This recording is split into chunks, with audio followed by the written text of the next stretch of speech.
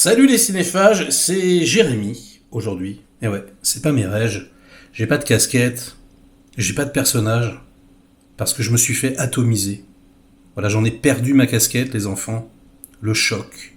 Le film de l'année, un chef-d'œuvre. Je vous le dis d'entrée, allez-y, tout de suite, instantanément. Arrêtez cette vidéo, c'est absolument immanquable.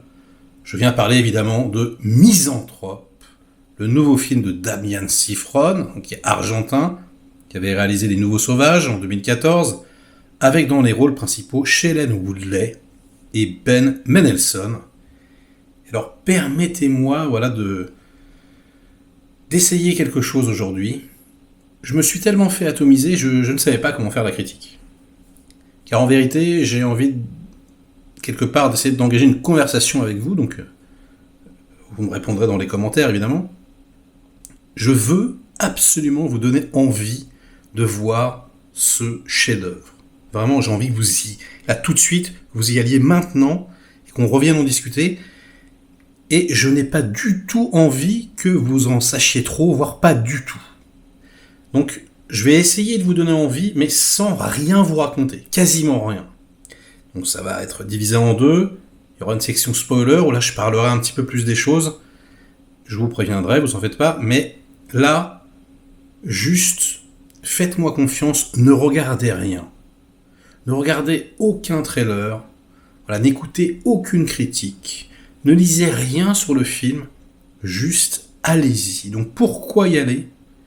Déjà, si vous aimez le grand cinéma, si vous aimez, attention, parce que c'est réel ce que je vous dis, si vous aimez le cinéma de Sidney Lumet, par exemple, si vous aimez The Wire, la série télé, donc la meilleure série de toute l'histoire de l'humanité, sur écoute, si vous aimez David Fincher, donc Seven, Zodiac, si vous aimez Le Silence des agneaux, vous devez voir ce film, absolument.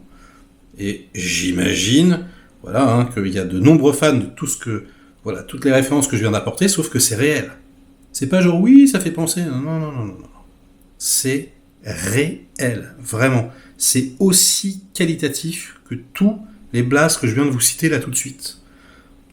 C'est un film absolument parfait à tous les niveaux.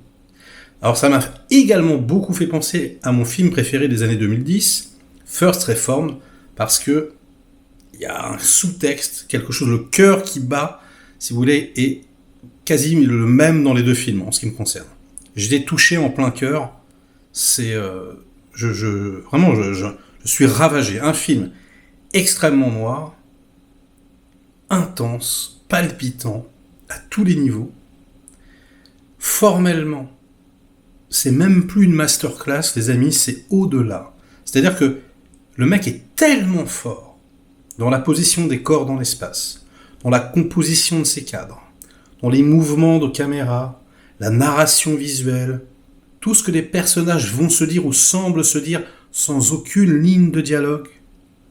C'est la perfection et c'est tellement bien écrit, c'est tellement malin, c'est tellement intelligent, c'est tellement subtil qu'en fait, et c'est là le tour de force, on en oublie cette mise en scène.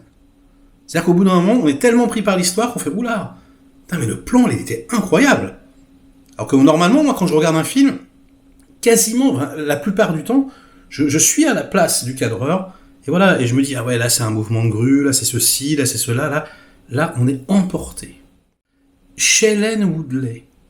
Alors, j'ai entendu des critiques sur l'actrice, etc., divergentes. Je trouve ça mignon. J'ai tendance à m'en foutre un peu. Elle était pas mal dedans. Là, elle est parfaite dans le rôle. Elle produit le film. Et voilà, elle a envie, ça se voit, d'essayer d'obtenir un grand rôle. Et elle a réussi. Je pense qu'elle a le plus grand rôle de sa carrière. Et alors, les petits amis, Ben Mendelsohn, mais c'est pas compliqué, nomination à l'Oscar, tout de suite. C'est incroyable. La qualité des dialogues, l'interaction entre les personnages, notamment ce duo de personnages, est exceptionnelle.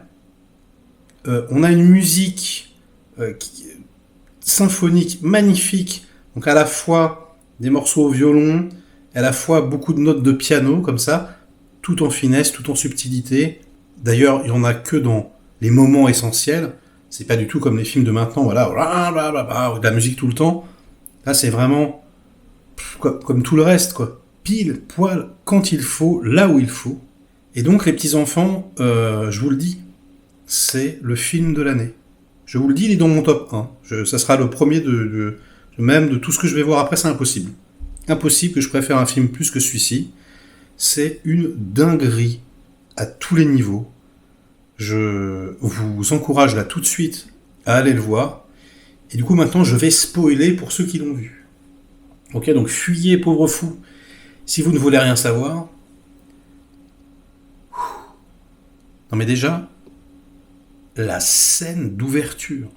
Je veux dire, le mec, il est argentin, il tend un miroir déformant à l'Amérique.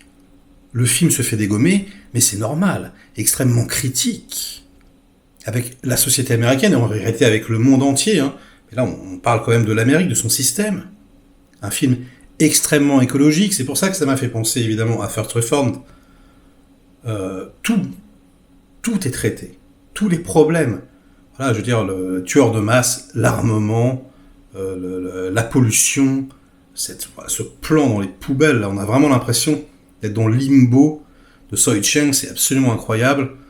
Voilà, les armes à feu, aussi, voilà, le plomb qu'a le tueur dans la tête, ça permet d'être complètement en empathie avec ce tueur.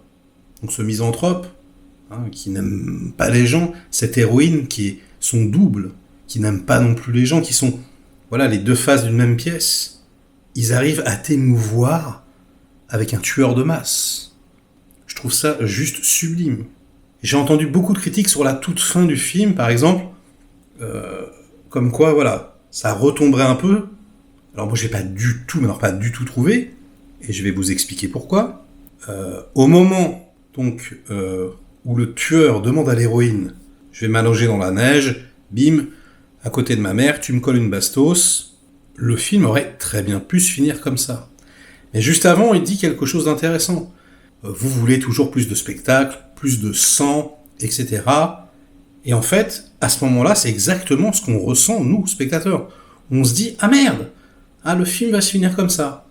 C'est intéressant, c'est super, mais est-ce qu'il manquerait pas un petit massacre supplémentaire? J'aurais bien aimé un peu plus d'action, un peu plus de sang, plus de noirceur. Et là, c'est exactement ce qui se passe, en fait. C'est-à-dire que, bim, il te refout, voilà, les flics qui arrivent, etc. Et, quelque part, le réal nous tend un miroir déformant à nous, également, spectateurs, quoi. Nous aussi, quoi, on est avide de tout ça. Comme le public dans le film, avide de l'image du tueur et de ses excès, ses exactions dans les médias. Mais j'ai trouvé que c'était une idée mais extraordinaire, quoi. C'est-à-dire on est pris à partie par le mec, comme si on était coupable, d'une certaine façon, de ce qu'on pouvait ressentir. Et alors là, moi, émotionnellement, j'étais complètement ravagé, si vous voulez. J'ai trouvé ça, mais complètement dingue. Le plan final sur le tueur, avec des gyrophares de flics, donc il est contre le... Je sais pas, c'est les portes d'un hangar, voilà, il y a les couleurs du drapeau américain, etc. Putain, mais pas étonnant que ce film se fasse défoncer. Je veux dire, c'est hallucinant. Alors, très souvent, je me moque un peu de la mouvance woke dans ce film. Mais bordel, c'est pas compliqué. Le meilleur personnage gay que j'ai vu, je crois, écrit depuis toujours. La prestation est exceptionnelle, quoi. Il est ultra développé, il est ultra intéressant. Le discours qu'il fait sur le tueur au départ, c'est pareil, comment il humanise le tueur. C'est pas un monstre, etc. Quand on essaye de te mettre en empathie avec quelque part le mal profond des États-Unis. Mais en réalité, le tueur, c'est nous, quoi. C'est cette scène, au début, où on voit tous les cadavres, quoi. C'est ce dialogue magnifique, encore, voilà. Non. Il n'y a pas d'âge, il n'y a pas de sexe, il n'y a pas de race, il n'y a pas de couleur.